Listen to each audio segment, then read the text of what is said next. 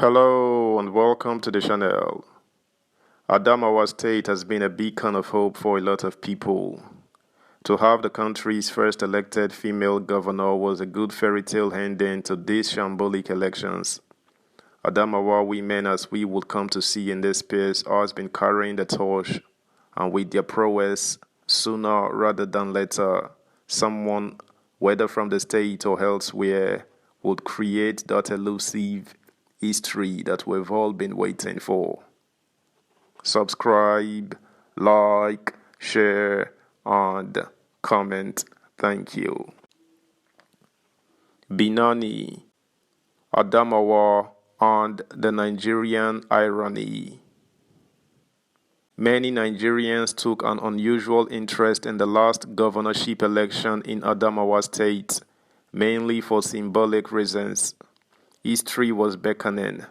There was a high probability that Nigeria's first elected female governor would come from the state. Of the 25 women that contested for governorship posts in 28 states in the 2023 general election, only Senator Aisha Dahiru Ahmed, popularly known as Senator Binani, ran on the platform of a major political party, and she was the only one who posed the credible threat of not just winning, but also of unseating an incumbent governor. This likelihood forced many Nigerians to pay attention to the politics of the state known as the Land of Beauty. That such a probability loomed from a very conservative northern state added some extra sensation. During the main and the supplementary elections in the state, the camp of keen watchers of the Adamawa election swelled beyond residents and the usual political junkies to news hounds, history students, and gender advocates. This expanded camp included those who cannot locate Adamawa on a giant map, who do not care a hoof about the potential history maker, and who cannot stand a party, the All Progressives Congress APC. However, before interrogating the Binani phenomenon, I want to underscore the fact that Adamawa State has an important lesson in political accommodation for the rest of the country. I will highlight two other cases, and both are about women, as is the case with Binani, who incidentally defeated 6 men to clinch the APC gubernatorial ticket, including Malam Nuhu Ribadu, former chairman of EFCC and 2011 presidential candidate of ACN, and Senator Jibrila Bindao, governor of Adamawa State between 2015 and 2019.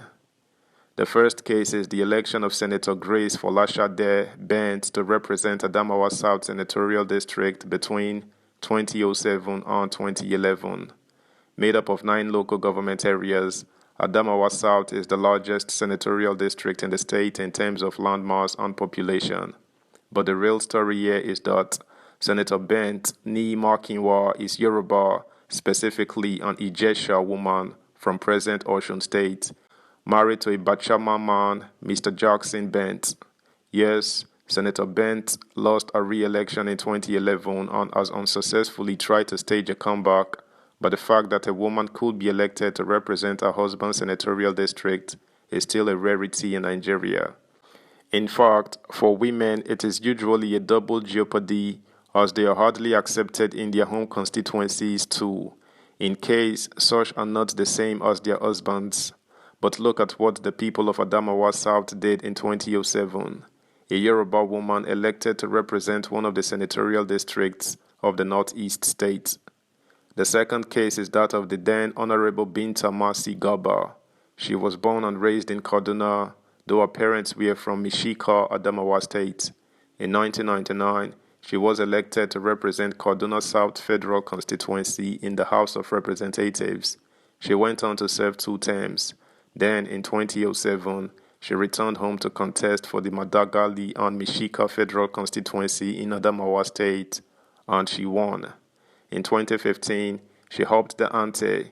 She ran to represent the Adamawa North District in the Senate. Again, she won, and was the only female senator from the 19 northern states in the 8th National Assembly. Senator Gaba happens to be the first legislator to represent 2 federal constituencies from 2 different states located in two separate geopolitical zones. It is worth emphasizing too that she is a woman. Incidentally, the three women mentioned here have at different times represented the three senatorial districts of Adamawa State in the National Assembly. Bent, Adamawa South, 2007 to 2011, Garba, Adamawa North, 2015 to 2019, Binani, Adamawa Central, 2019 to 2023. There is something that Adamawa State is telling the rest of the country. This is not to say that Adamawa is a shining model of gender equity or adequate political representation for women. Far from it. There is a lot of work to be done within Adamawa itself to increase the voice and agency of women. The audacity of the three women mentioned here is by no means representative, even for the state, but their stories also show how far ahead Adamawa is when compared to other states. Beyond symbolism and tokenism, that far north state has an important message about accommodation, labels, and assumptions for the whole of Nigeria. We should pay attention. Now back to Binani. After some high-octane drama, including some post-April 15 reprehensible episodes, the Independent National Electoral Commission (INEC) announced the final result of the Adamawa governorship election on Tuesday.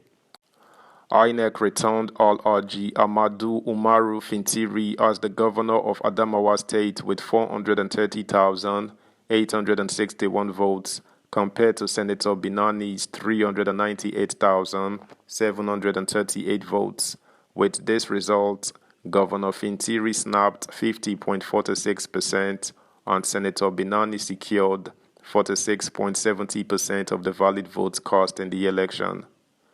While awaiting the outcome of the investigations into the role of INEC, security and state officials, even Binani herself, in the dark episodes of the election and without prejudice to the expected contestations at the election tribunal, I will submit that Senator Binani has already made history.